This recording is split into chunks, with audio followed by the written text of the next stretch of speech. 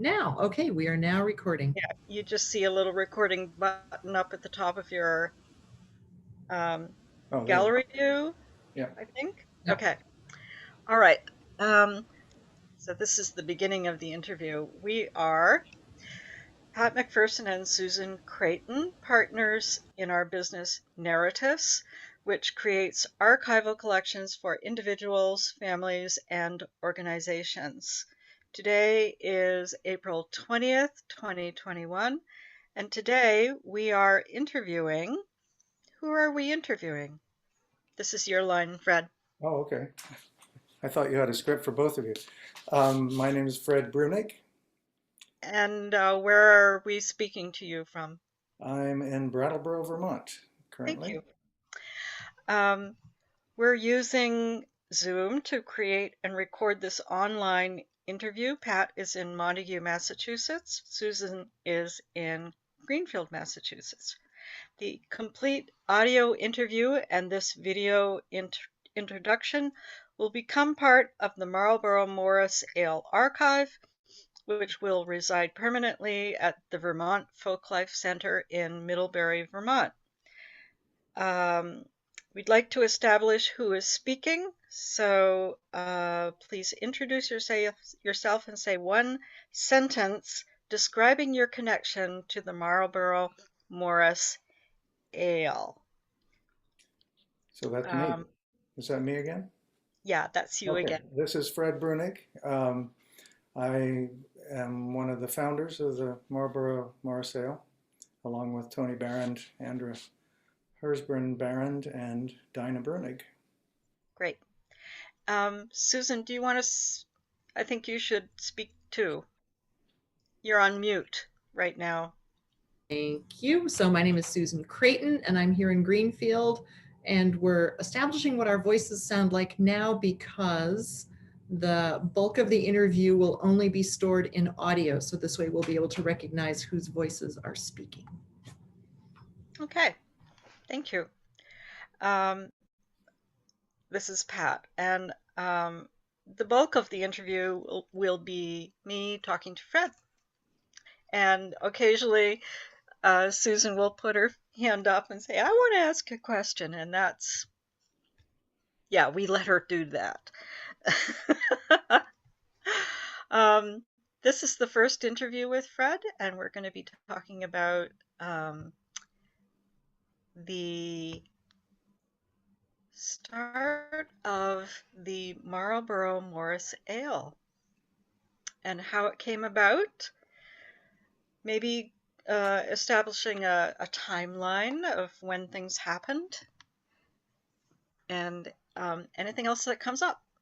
Okay. So, in your short introduction, Fred, you said that you were one of the founders with Dinah Breunig, your wife, and um, Andra Hertzburn Horton and Tony Barron. Well, it was, So, at the time it was Andrea Barrand, but Andra Barron, right.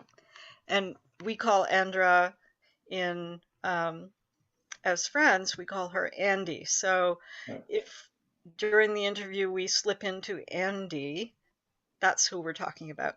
Right.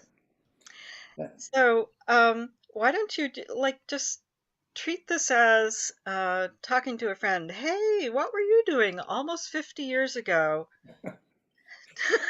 Right. Well, It's been quite a while. so just before, I mean, I identified the four of us as the founders, but there were a lot of other people that made it happen. Um, so, you've already interviewed Juliana Stevens, known as Julie. Also involved, there were Susan Leuchter and her husband Steve Mendel and Jonathan Morse and Charlene Morse and a bunch of other people whose names I slip my mind at the moment, but the whole team was involved in getting this going. The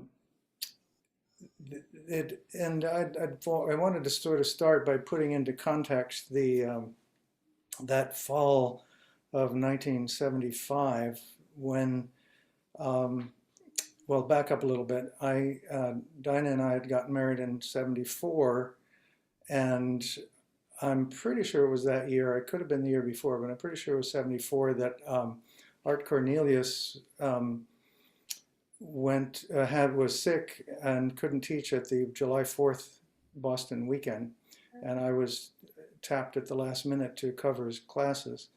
And I believe that was the first Morris class that Tony and Andy took. And as I said, it could have been the year before, but I'm pretty sure it was '74 because we met, Dinah and I met Andy and Tony. And Dinah was working at a job in southern Maine in a small college, and we really wanted to be in Vermont. And so we started thinking that whole year. In fact, shortly after that, she lost her job in a shuffling of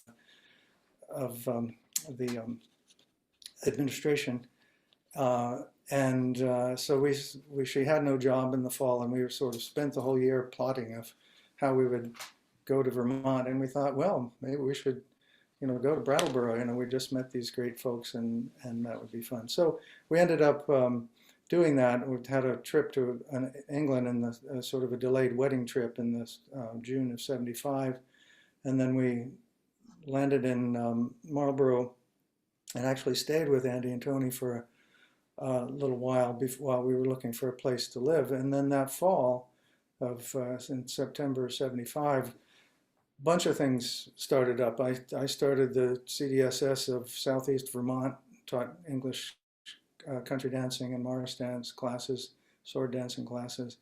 And that was Andy and Tony had started the Marlboro Morris team the year before, and but when Dinah and I arrived, and we sort of had this feeder system of the CDSS of Southeast Vermont, training people, we got the team blossomed, and that was when we split into two sides, men's and women's. But so there was the Morris team happening. That was also the beginning of Noel Sing Me Clear, when John and Tony and I and Steve Woodruff were meeting weekly to put that together. The Green Mountain Mummers also started that fall, which was a group of 3 of us from Marlboro Morris and Sword, and 3 from New Cambridge Morris Men, Steve Woodruff and Jeremy Coleman and Bob Mumford, and a couple of other guys. But so there was a lot, and the women's sword team started up that fall as well. So there's a lot going on, and Andy and Tony and Dinah and I were, as I said, developing into a great friendship. And I think it was during some of our conversations I'm wondering how this corresponds to Andy's memories. Is so far so good. Okay, so my brain isn't quite as shot as I thought it was, but anyway, and I really remember that the idea, the original inspiration of it came from Tony, which is why he often gets the credit of being the founder. But it was sort of, we're bouncing these ideas around each other, and it was in January, though, we had decided to go ahead with it. This morning I dug out some old issues of the Pinewoods Morris Men newsletter, which I was editor of at the time, and there was an announcement in the January 1976 issue of the Pinewoods Morris Men newsletter, announcing, where'd it go? I have it right here.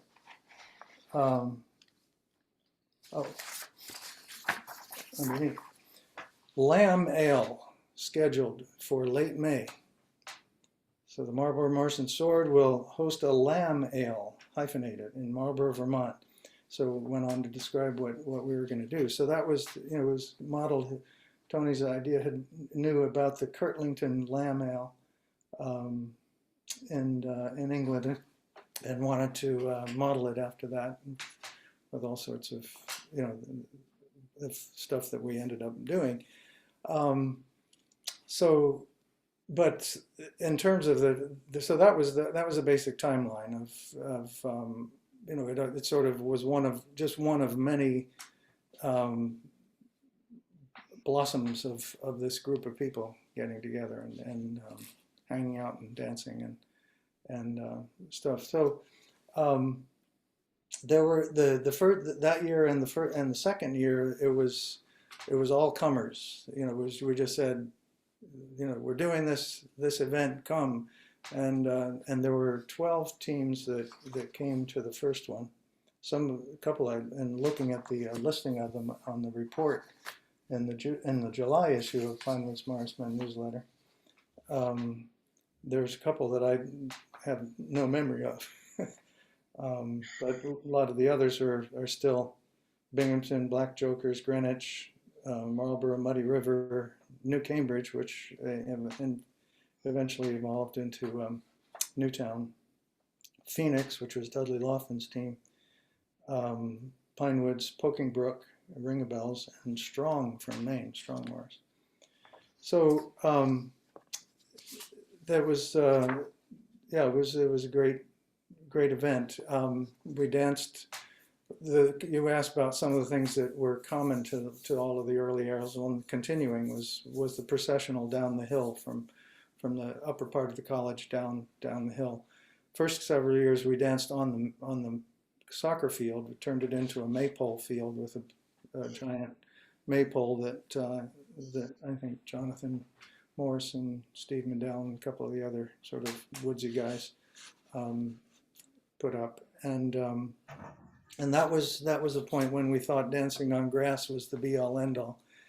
And it wasn't until several years later, I can't remember exactly when, that we started dancing on the driveway there. But the camping was always on the soccer field. So there was, and I think the maypole's gone up every year. So the processional, the Saturday show dancing has carried through forever. It was made a couple of notes that well, I'm getting ahead of myself. The second year it was again all comers, and there were 21 teams that came, and that sort of stretched the college's logistical backup, like read septic system.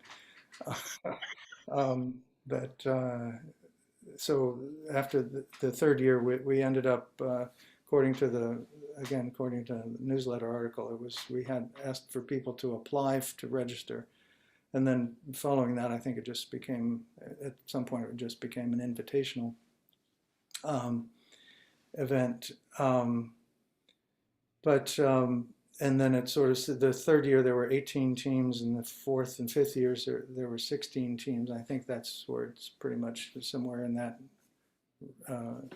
is where it's sort of settled out. I'm not sure what's happening now, but that seems to have been a good number. But let's say back to things that were sort of carried through. The Saturday morning or the Saturday dancing, basically just for each other, has always been a mainstay. It was not until the fourth year that we added the tours in Brattleboro in the afternoon. Susan, do you have something you'd like to ask?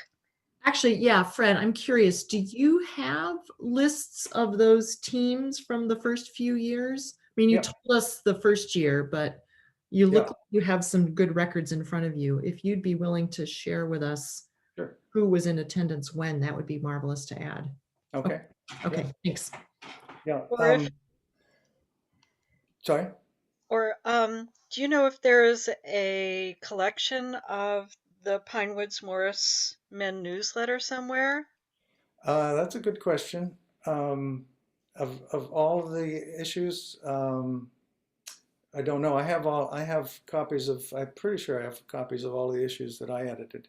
Hmm. I did it from starting in late '74 till January of '77, at which point I started the American Morris newsletter, which is sort of the direction that I was steering the Pinewoods Morris Men newsletter uh, pretty much from the beginning. I was seeing all this activity happening around the country, and the Pinewoods Morris Men newsletter was the only thing that was sort of national at that point, and so I encouraged other groups to subscribe, and I would always in the spring issue was featured a list of all the Mars teams that and activity that I knew about or that people about. Um, So and Fred, and then sorry, go oh, ahead. sorry, getting off topic, aren't I? No, no, it's Oh, fine. Susan and I may want to schedule another little talk with you about the American Morris newsletter, okay. and we Anyway, can go into that later. yeah, sorry. So yeah, the answer was yes. I was getting off topic. In a relevant kind of way, though. Yeah, I very well. last Yeah. question before we get back to what you're talking about. Sure. Do you happen to have maybe a duplicate copy of the January 76 issue where there was the first invitation to the lamb ale? I would love to have a copy of that in the archival collection, but I don't want Well, to. I don't have a duplicate copy, but I could photocopy this or scan it. Oh, if you could scan it, then we could have a digital copy. That would be great. Okay. Okay, thanks. Sure. Um, yeah, so back to the ale. Um, so let's see. Um, it's funny. The my memories of a lot of the logistics of it, of putting it all together, have faded. But um, there, I remember. I mean, we just, always were trying to make it make it better each year in terms of stuff that, I mean, the one year at one point, Jonathan and Stephen made a bunch of wooden signs that, put around directing people to different things. And, I remember that, I think that Julie was often headed up the sort of the crew of maintenance crew, shall we call it? Is that you're both remembering hearing her say that? So,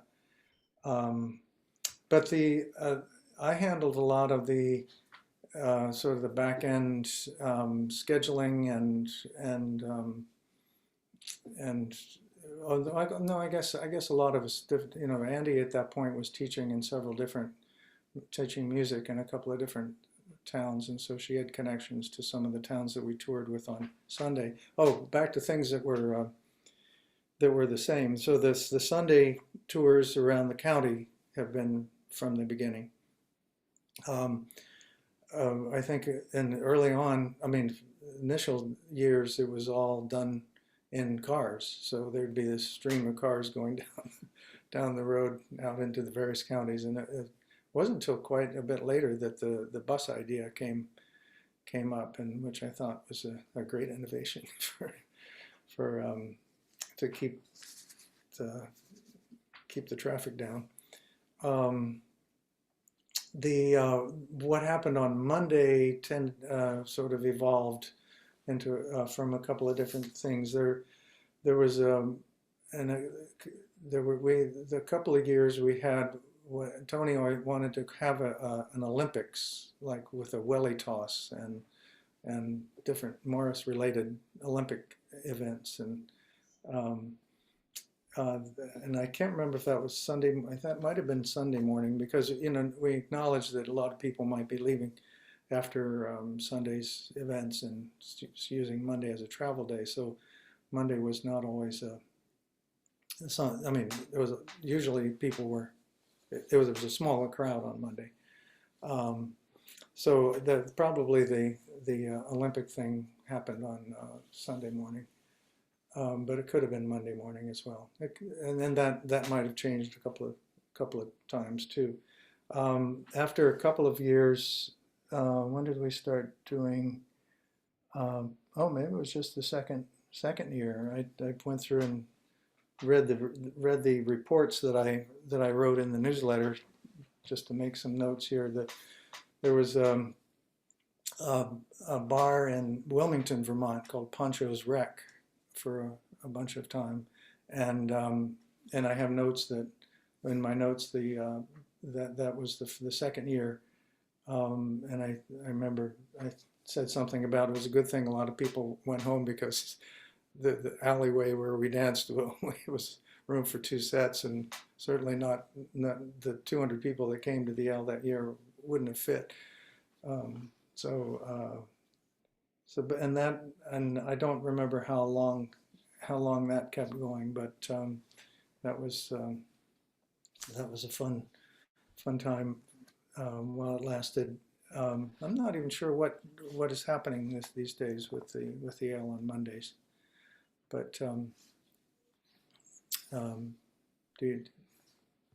neither of you remember either. I think maybe there's a breakfast, sort of a continental breakfast for those who will, and then lots of goodbyes, not a lot happening. Right. Sure. The first several years, we always had a dance party in the evening, well, that was one thing that changed as well. The big feast used to be on Saturday. Well, because we were still on campus and everybody stayed for the feast, and I mean, so the big feast and then the dance party, country dance and contra dance party, I looked up the records that I had from the first couple of years, and it was a sort of like a Pinewoods dance evening event with different callers, and Jenny Scheimer called, Joan Carr at the time called, Art and Helena Cornelius, and second year Jim Morrison came up with his team from Marlboro Morris, and he was on the calling list. And so the third year, Roy Dommett was visiting and came to the Ale, and he wrote some interesting notes that I published in the following newsletter. That would have been the American Morse newsletter by that time. But one of the comments he made was about the country dance in the evenings. He thought, that it seems like to him that would just encourage mixed dancing, and so he was sort of. I got the impression that he thought that would be a good thing to lose, and actually it did end up drifting off, and I don't remember what year we dropped it. And the Saturday, and then the feast then ended up moving to Sunday night, but I think that was later into the 80s,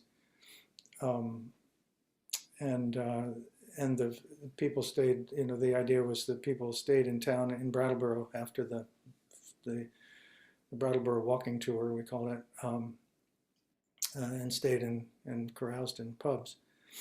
So let's see. Hey, Fred. Yeah. When you just were talking about the Saturday country dance and Roy Dommett saying dancing together might encourage mixed dancing, can you just expand on that a little bit? Just put that in context as far as Morris dancing at the time? Well, yeah, and I sort of feel like I'll need to back up a little on that too, because the Pinewoods Morris Men, the organization that it was a member of the English Morris Ring, which was just for men's. And Morris dancing was always considered a men's activity. So it was a pretty radical new idea in the mid 70s that women would be dancing in show. I mean, women often taught. I mean, Jenny Scheimer and May Gadd were all teachers of Morris, but they would never think of performing it in public. Um, and and the I'm going to put in a little mention of Roger Cartwright here because he organized the first American Morris team to go to England in 1973, and that was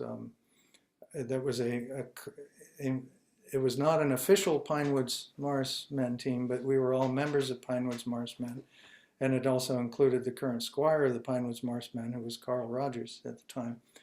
But it was always very carefully said, this is not an official team, it's a scratch team, I think was even used. I mean, we're pretty good, but it was definitely not put us in as an official Pinewoods Morris team. But I mention that because Jody not Jody Kruskal, that's to somebody different. Jody Evans was on. She and Carl Rogers were in a relationship, and she went along as a hanger on, and Dinah went along with us, and Ann Mason went along, and John Dexter's girlfriend at the time, Diane Hulbert, was along. So there were 4 women along with us, who didn't dance, but they saw what was happening, and of course Jody came back and founded Ring of Bells in the fall of I think it was '74 that she did that. So or it might have been earlier because that trip was in '73. So but so the women dancing show Morris was, and it was happening in England at that time too, but it was sort of not talked about a lot in the ring circles. But and it was taking hold here, women's teams. But there was a very strong feeling that because women and men typically move differently, and one of the things that you're trying for in Morris dancing is to have a homogeneity of, you're not supposed to be individuals, you're supposed to be this thing that's dancing, that felt that introducing an automatic difference in terms of mixed dancing of both men and women dancing in the same set, that was there were people that felt strongly about, and I was one of them that felt strongly that was sort of, I mean, it was happening again. There were sometimes, in fact, Marlboro Morris and Sword started out as a mixed team because they didn't have enough people, and that's when Dinah and I moved to town and we had the CDSS thing happening. That's when we started bolstering the numbers that we could have separate sides. So that's the comment about mixed dancing, because I think Roy Dommett was in favor of women performing, but he felt that for the same reason or some of the similar reasons that they should be dancing in separate sides. So there are, as one might expect, there are mixed teams that come to the ale now, to the Marlboro Morris Ale. But it was back in the early days, if you were a mixed team, you didn't get an invitation. I guess, I think that, I mean, Dudley Laughlin's team might have been mixed that first year, but I can't remember for sure. Can we go back? I am so grateful that you have, the Pinewoods Morris Men newsletter, and all of these dates and names are great to have a record of this way. Right. But I want to go back a little bit to what you thought you were creating. Maybe speak for yourself first, and then maybe for the group. What your goal was or what your visions Well, I personally, I've never been a goal setter, so I didn't have any goals. It was, like other than to become a Morris dancer. I mean, that actually was one of the first goals that I remember setting for myself because I was bumping into Morris dancing at different, like Berea and Pinewoods and stuff, and I thought this is not going to work. I want to really be a Morris dancer, and so I started attending the Boston um, classes when I lived in southern New Hampshire. Um, and that's the year that Roger Cartwright put together the team that went to England in '73. So that was the goal. But in terms of the Yale, we never talked about it being an annual event. We always talked about, this is the fifth Morris Ale. But my memory is that we didn't want to, if there was some year that we didn't feel like doing it, we didn't want to be, um, have that hanging over our heads. But um, as of course what happened is it ended up being an annual event. But but my memory was that we were very careful not to call it an annual event. Um, I think just in terms of um, as I said, Tony's inspiration of doing it in the first place was to have a place where groups from all over could get together and dance and share good times together, and share information. And so I think that was the main goal. And being more of a logistics person myself, and it was perfect fit for me with Tony's inspiration and my and Dinah's and Andy's, you know, logistical support. And when you say sharing information, what were Well, what was that about? well, we're just dances, seeing other people dance, learning about other traditions maybe, and um, there was actually one year there was talk at the Pinewoods Morris Men annual meeting about whether to change the organization into more of a ring-like organization, um, an American ring organization, and the following um, May we had a at that point people said, well, it would make more sense to talk about this when there are different teams around. So the idea was to have a meeting on the Sunday morning of the Yale, to propose that idea. Um, I was reading that this morning, and it said that Tony Esquire of Marlboro presented the idea, and the different reasons why might be good, and I wrote in the report that there were very few responses, and most of them were not in favor. so it's died a very quick death. The idea of having a ring organization, people just saw it as a level of bureaucracy that was unneeded and probably unworkable in a place the size of the United States anyway. Right. So, and the ale and the various ales that started springing up, sort of became one of the reasons that in England that the ring exists is to have their annual meeting, and where teams from all over the country come, and so the different regional ales that have started, and some of them I think are still going, provide that um, uh, um, provide that service as it were.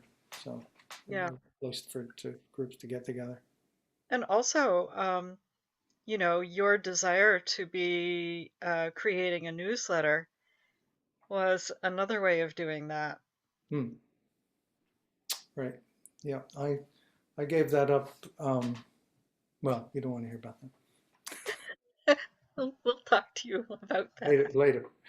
later. So I'm curious about division of labor and how that kind of Did it just happen organically? Yeah, I think so.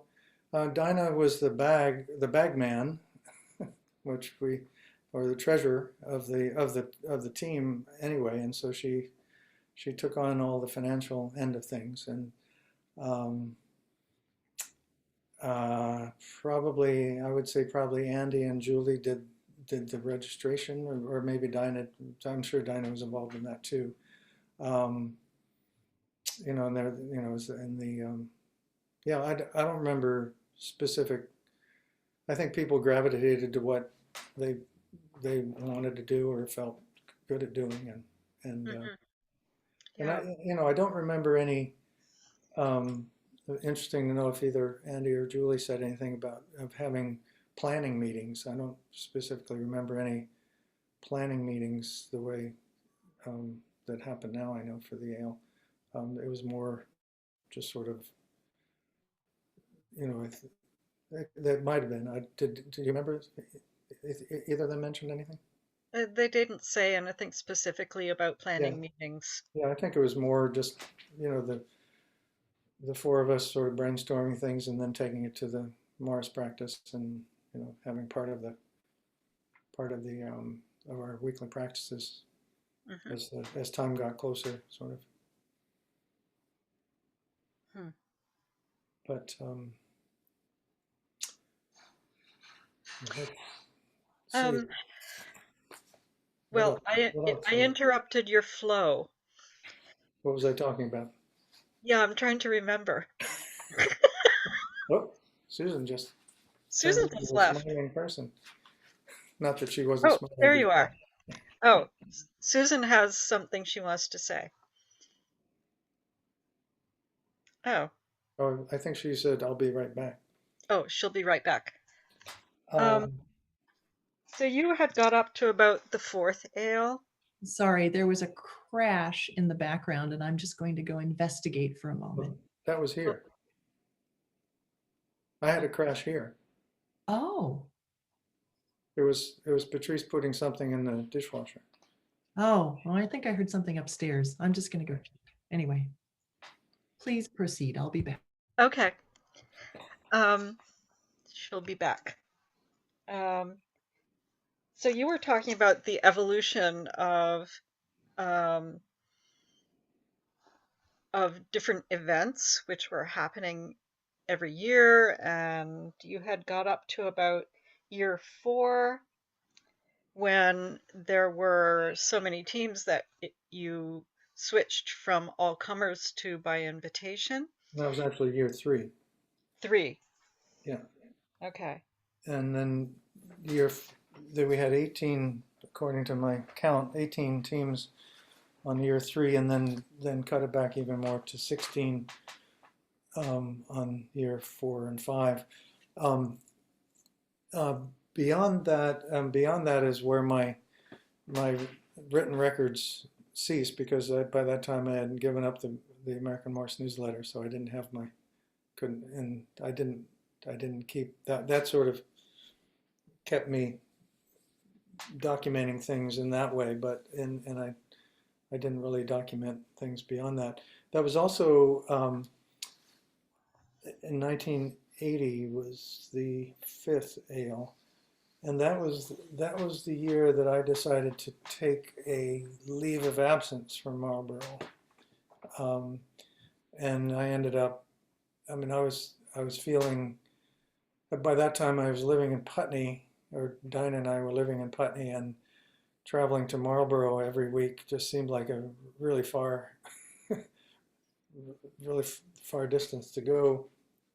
I was thinking, you know, maybe it was time that I get something going in Putney. So that was the year I actually got the Putney Morris Men started when I took a leave of absence from Marlboro. So I was less involved with the organization. I was still tapped for day of um, or weekend of duties as tour manager, and each of the smaller tours around Brattleboro and um, around the county had a tour manager, and it was so I kept being tapped for those, but I was not so much involved in the organization. By that time, the structure had pretty well solidified into the what it was. So, but as I said, and I don't remember when we dropped, whether we had dropped the evening dances by then. I think the change of the feast to Sunday happened a fair bit later, probably in the mid '80s. That's my guess.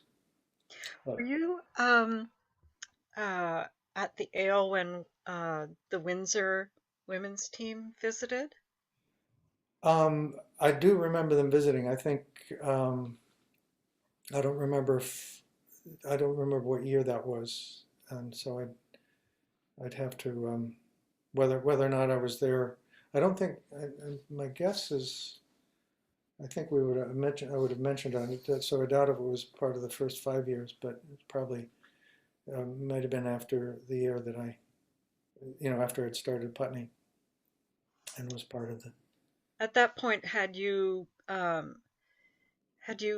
ever, just confirm whether you had been to England dancing yourself? Yeah, I first went in '73 with Roger Cartwright's team. Okay.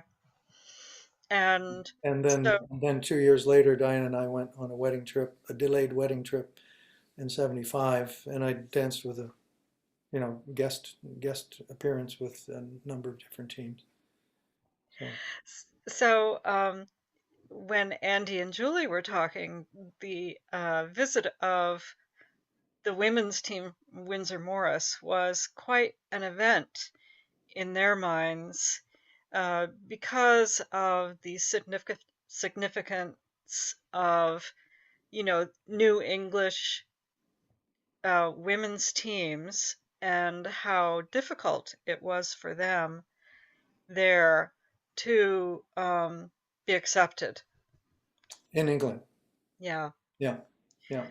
And so for the women coming to the States and seeing other women's teams was really significant for both the American women and really very significant for the English women. And I just wondered if you had a perspective on that.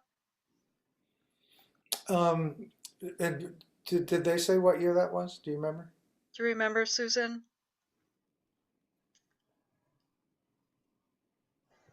You're Sorry. muted there. It was either 1980 or 1981.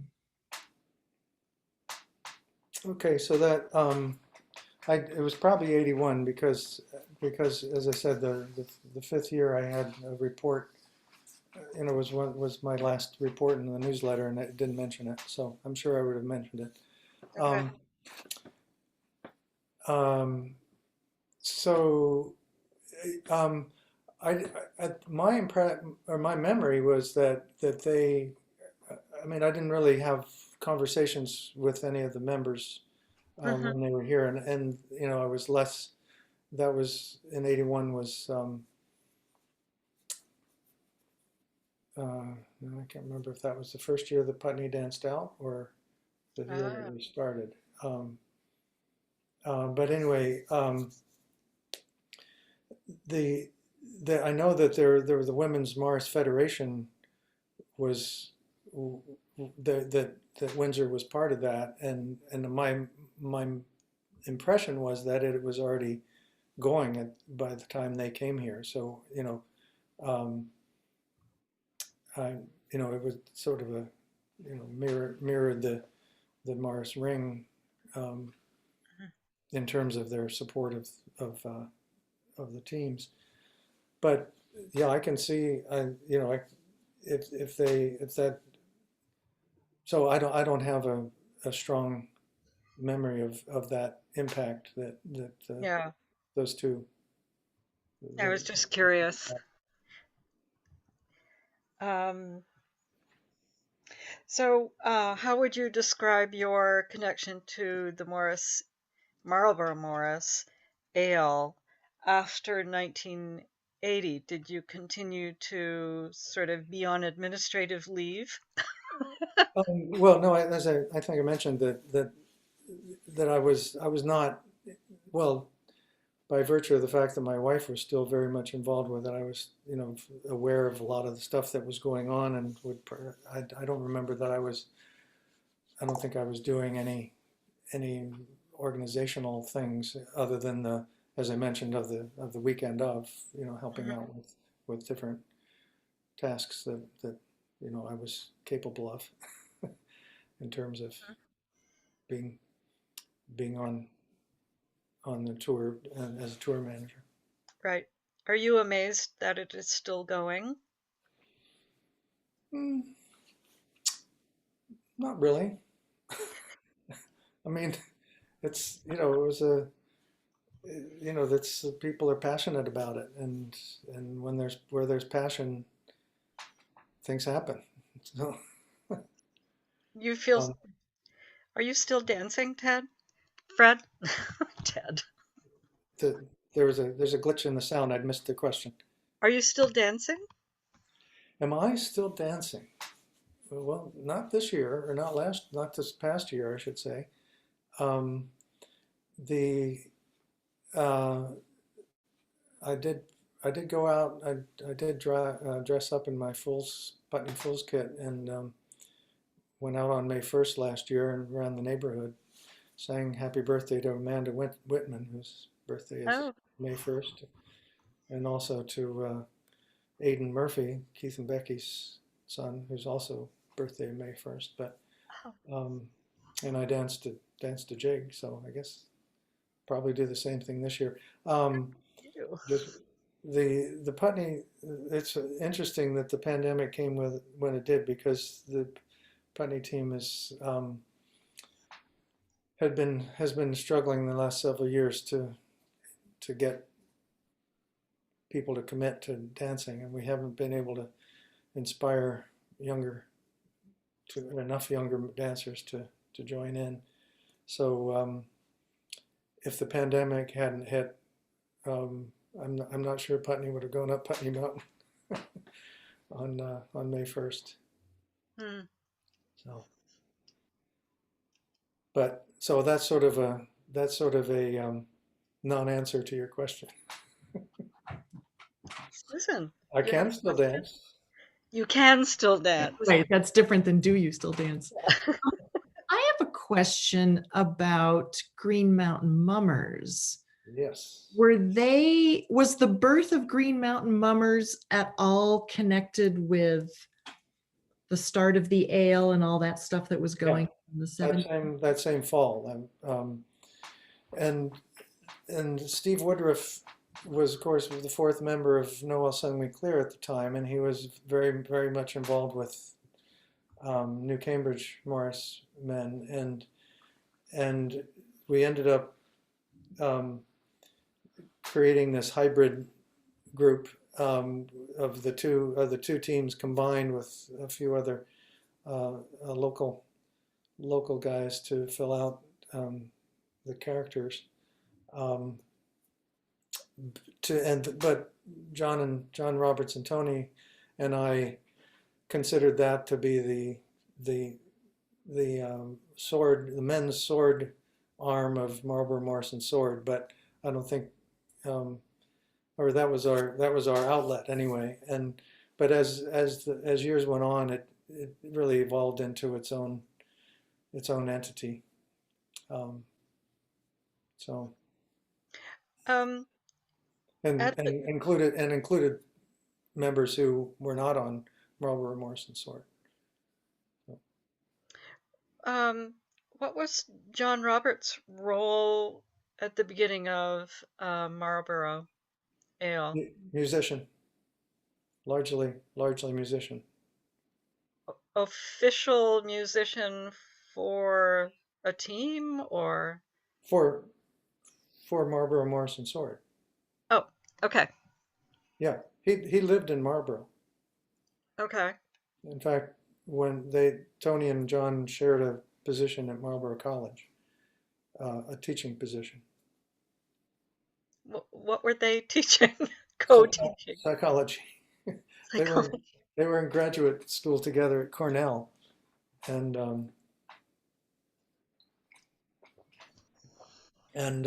landed this. They were also actively touring, and they landed this teaching position, which they shared, and so which allowed them to still tour and do their music. So John was here, you know, so he played he was the musician Marlboro Morris and Sword, and he then when Andy and Tony got married, um, John moved to Wilmington, which was the connection to Pancho's Rec, because he used to play there, um, and he lived in Wilmington until the early '90s. Then he moved over to Schenectady. Um, So much history. I've run out of questions about the early years of the ale. Do you have anything else to ask, Susan? I guess I'm just going to ask, Fred, as you think back, I know there have been many interesting traditions that have evolved over the years of people attending the ale. But do you recall back in the early years, were there sort of special traditions of things that happened at the weekend that were happening early on, right from the beginning? can you give me some examples? So I think of skits on Saturday evening as something that happens at the ale. Well, I think in the country dances that we had first several years, that there was a note of, I mean, there were typically sword teams or rapper teams that performed as interludes. Um, Let me I got my little book here. I lost it. I was gonna. Oh, I can't. I was gonna tell you who actually. My little book here. Oh, here's a skit. Remember the Wiresdale Greensleeves? Do you know the Wiresdale Greensleeves? Do Oh, tell. well, it'll take too long. But that was at the first ale, and the New Cambridge Morris Men Rapper Dance and Play. That was at the Saturday event. Black Joker Rapper and Green Mountain Mummers did interludes at the Sunday dance. In fact, I think that was one of the only times the Green Mountain Mummers danced not on their their weekend of dance. We've always prided ourselves to not go dance at wherever. Always, if the people want to see us, they have to come see us. So, um, but then I think it was the second year that the Ring of Bells did their Mommies play. Marlboro Morris and Sword, Westerly Mummers, and Marlboro Morris and Sword Clog, and Greenwich Guard Rapper. So maybe it wasn't the second year, but one of those early years, did you ever see the Ring of Bells Mommies play? That was the Marlboro Morris and Sword women's team sort of ended up adopting it and changing it, but adopted the basic structure where it involves Mother Nature and in the early days it was Joan of Arc was the hero, and then the registered nurse came in to try to heal the dead Joan of Arc. Really hilarious, but that's been the basic play. That if you've ever seen the Marlboro play, that's sort of where that came from. But I remember seeing a note of that somewhere in all the stuff that I was pouring through this morning. So yeah, I guess there have been skits, but I think the skits then ended up taking over from the dance. I think it was sort of an evolution there. But well, I can quickly describe the Wiresdale Greensleeves if you want. It's a three-man thing. See if I can remember. But it involved going around in a circle.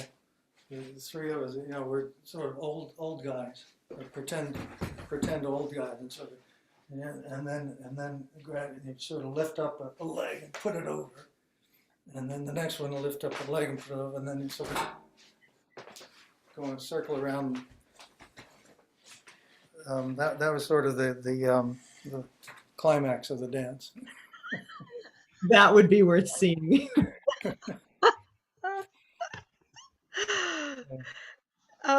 So, as part of your long life in Morris dancing, could you just reflect maybe on the part that the Marlboro Morris Ale played?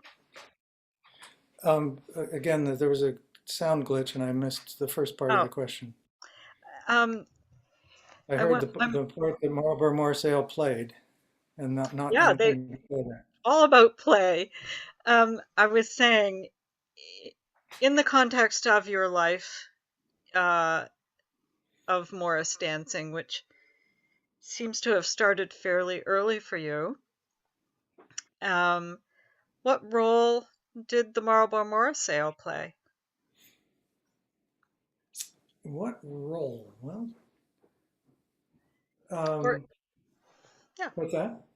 Or influence or role, or what was the effect on your life of being part of the creation of the ale? It was, I don't have any sort of big ideas to say at this point. I mean, sort of reflecting back on it, it was a lot of work. And when I think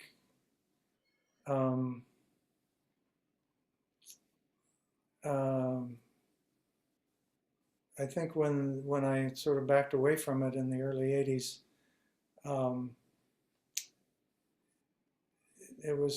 it felt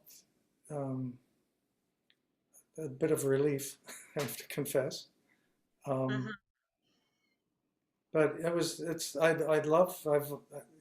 loved seeing people, I would love the idea that people wanted to, it was important enough to a lot of people to be able to come, so that I didn't have to go all the places that they came from to see them.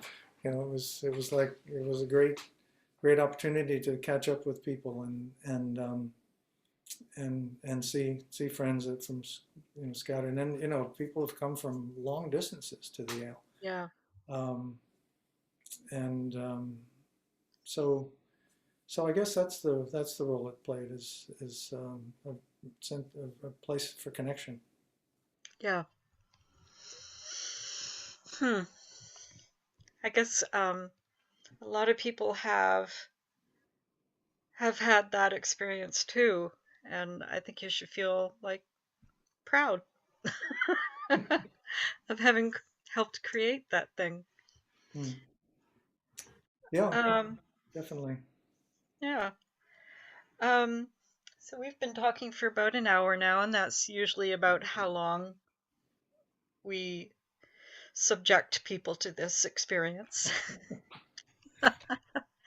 I think both Susan and I would be very interested in talking to you a little bit more about seeing if we could include copies of the Pinewoods Morris Men newsletter as scans in the archive of the Marlboro Ale. Susan? Yeah, let me just say, I'm going to stop recording here.